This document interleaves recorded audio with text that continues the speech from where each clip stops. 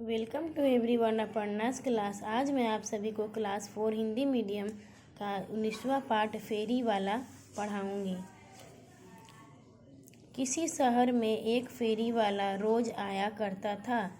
वह एक टोकरी में मिट्टी के सुंदर सुंदर खिलौने लेकर आता था, जिन्हें वह पेड़ के नीचे बैठकर बेचा करता था।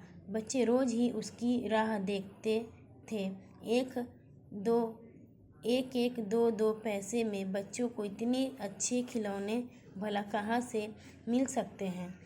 किसी शहर में एक फेरी वाला है जो रोज़ आया करता था। ठीक है, वह टोकरी में मिट्टी के बहुत सुंदर सुंदर खिलौने लेकर आता था, जिन्हें वो पेड़ के नीचे बैठकर बेचता था। और बच्चे रोज़ उसकी राह देखते थे और वो एक दो पैसे में बच्चे को इतने अच्छे अच्छे खिलौने भला कहाँ से मिल सकते, मतलब वो कैसे इतने अच्छे अच्छे खिलौने वो 1-2 पैसे में बच्चे को दे देता था।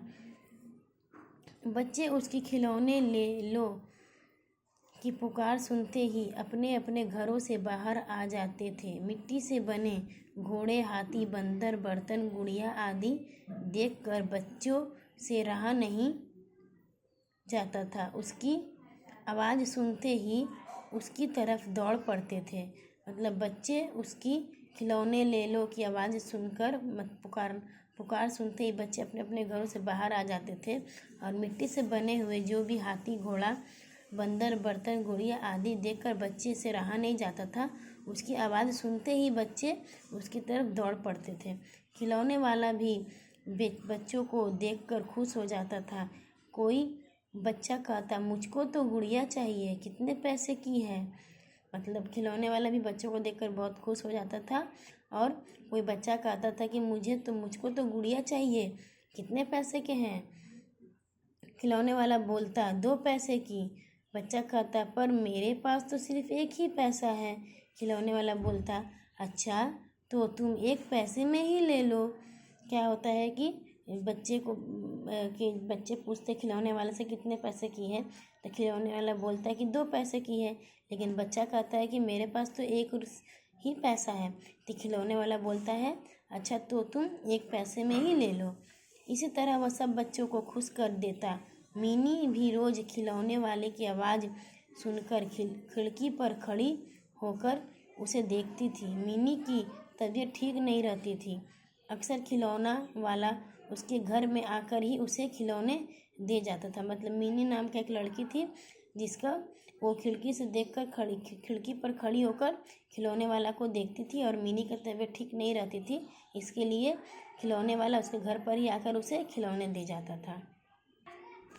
इसके बाद वह मिनी के प्रति बहुत स्नेह रखता था। मिनी को देखते ही उसे अपनी बेटी की याद आ जाती थी। पर मिनी की माँ को खिलौना वाला फूटी आँख भी नहीं सुहाता। उन्हें उसका घर में आना भी पसंद नहीं था। क्या हुआ कि मिनी के प्रति जो खिलौने वाला था उसने मतलब प्यार बहुत मतलब उसके लिए प्यार रखता था। मिनी को देखते ही उसे अपनी बेटी की याद आ जाती थी। पर उसकी माँ को ये अच्छा नहीं लगता था कि खिलौने वाला घर में आकर उसे खिलौना दे। ठीक है, या मतलब घर में आना उसको पसंद नहीं था। तो कुछ दिन से खिलौने वाले का मन ठीक नहीं था, क्योंकि मिनी उसे काफ़ी दिन से खिड़की पर नहीं दिख रही थी। उसके मन में तरह तरह की आशंकाएं उठ रही थी। जब उससे रहा नहीं गया तो एक दिन वह मिनी के घर पहुंच गया और वहां जाकर उसे पता चला कि मिनी अस्पताल में है। तो वह तेज बुखार से तड़प रही है और किसी से बात भी नहीं कर रही है। क्या हुआ, कुछ दिन से खिलौने वाला का जो है मन ठीक नहीं लग रहा था। तो उसको मतलब मिनी खिड़की पर दिख भी नहीं रही थी काफ़ी दिनों से।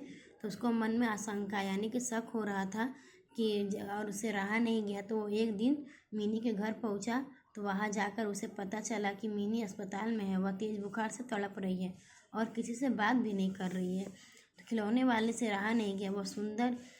वह एक सुंदर सी गुड़िया लेकर अस्पताल पहुंच गया। मिनी के कमरे में जाकर उसने धीरे से पुकारा और कहा, खिलौने वाला, खिलौने ले लो। खिलौने वाले की आवाज़ को सुनकर मिनी ने धीरे से आंखें खोली। इतनी दिनों बाद आज मिनी को होश आया था। यह देखकर उसकी माँ की आंखों में खुशी के आंसू आ गए। गुड़िया पाकर मिनी को तो जैसे उसकी जान ही मिल गई। क्या हुआ फिर उसके बाद कि खिलौना वालों से रहा नहीं गया, तो वो एक सुंदर सी गुड़िया लेकर अस्पताल पहुंच गया और मिनी के कमरे में जाकर उसने धीरे से पुकारा कि और कहा, खिलौने वाला खिलौने ले लो। तो खिलौने वाला की आवाज़ सुनकर मिनी धीरे से आंखें खोली और इतने दिनों बाद आज मिनी को होश आया और यह देखकर उसकी माँ की आंखें में खुशी के आंसू आ गई। गुड़िया पाकर मिनी को तो और जैसा लगा कि उसकी जान ही मिल गई है। धीरे धीरे मिनी ठीक होने लगी और घर आ गई। अब तो खिलौने वाले कभी भी मिनी से मिलने आ जाता था और मिनी की माँ भी खिलौने वाले को अब बहुत आदर और सम्मान देने लगी थी।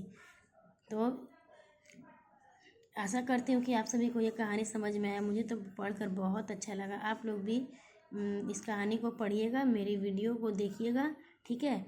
और इसका नेक्स्ट वीडियो में आप सभी के लिए प्रश्न उत्तर लेकर आऊँगी। तो आज मैं आप सभी को ये कहानी पढ़कर समझा दी और इसका शब्दार्थ मैं बता दे रही हूँ। होश आना मतलब बेहोशी टूटना, तबीयत मतलब शरीर की स्थिति, आशंका मतलब डर भय, तड़प मतलब बेचैनी या छटपटाहट, राह मतलब रास्ता, फूटी आँख न सुहाना मतलब अच्छा ना लगना और जान मतलब प्राण। तो चलिए मिलते हैं नेक्स्ट वीडियो के साथ।